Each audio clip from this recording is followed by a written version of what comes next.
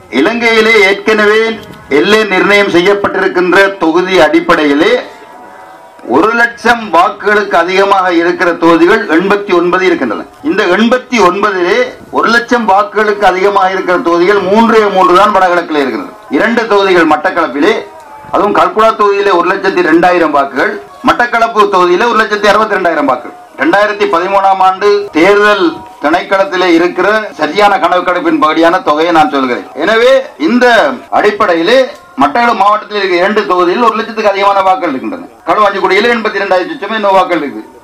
இப்ப கல்குடா தொகுதி எடுத்த விவரத்துக்கு திருப்பி நாம டிஸ்கஷன்ல போகிறோம். எத்தனை ஆயிரம் தமிழ் ஓட்டு இருக்கு? 70,000 தமிழ் ஓட்டு, 32,000 முஸ்லீம் ஓட்டும் இருக்கு கல்குடாவில். 89 தொகுதிகள் 1,00,000க்கு அதிகமான தொகுதிகள் இருக்கிறது. 3 தொகுதிகள் தவிர 86 தொகுதிகளும் சிங்கள பகுதிகளை பெரும்பான்மை கொண்ட பகுதிகள். ஆகவே 1,00,000 தொகுதிகளாக அதிகரிக்கிற போது அதிகமான தொகுதிகள் சிங்களவர்களோட கூட பிரதித்துவத்தை அதிகரிக்கிற தொகுதிகள் வருவதற்கும், வடகிழக்கு பகுதிகளில் இருக்கிற தொகுதிகளை பிரிக்கிற போது மிக குறைந்த சிறுபான்மை மக்களை பிரதித்துவப்படுத்துகின்ற பாராளுமன்ற உறுப்பினர் வருவதற்கான வாய்ப்பு இருக்கிறது என்பதை நாங்கள் இந்த இடத்தில் ஆலோசிக்க வேண்டும்.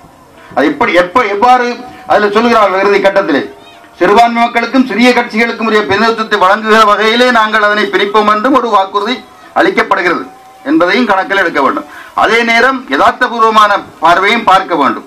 50,000 வாக்குகளுக்கு குறைந்த தொகுதிகள் 7 இருக்கின்றன. 50,000 வாக்குகளுக்கு குறைந்த 7 தொகுதிகளில் 6 தொகுதிகள் யாழ்ப்பாணத்தில் மட்டும் இருக்கின்றன. ஏற்கனவே யாழ்ப்பாணத்தில் 2 தொகுதிகள் குறைக்கப்பட்டிருக்கிற ஒரு சூழ்நிலையிலே இன்னும் 2 தொகுதிகளை ஒன்றாக்கினால், இந்த 6 தொகுதிகளில் 6 தொகுதிகள் 4 தொகுதிகள் ஆக்கினால் அப்படிதான் ஆக்க வேண்டிய. நம்ம குறைய 21,000 வாக்குங்க ஒரு தொகுதி இருக்குது, அங்க 38,000க்கு இருக்குது. ஆக போகல இன்னும் 2வது குறைகிறதுக்கு வாய்ப்பு இருந்தால் தமிழ் பிரதித்துவம் குறைபடுவதற்கு வாய்ப்பு இருக்கிறது.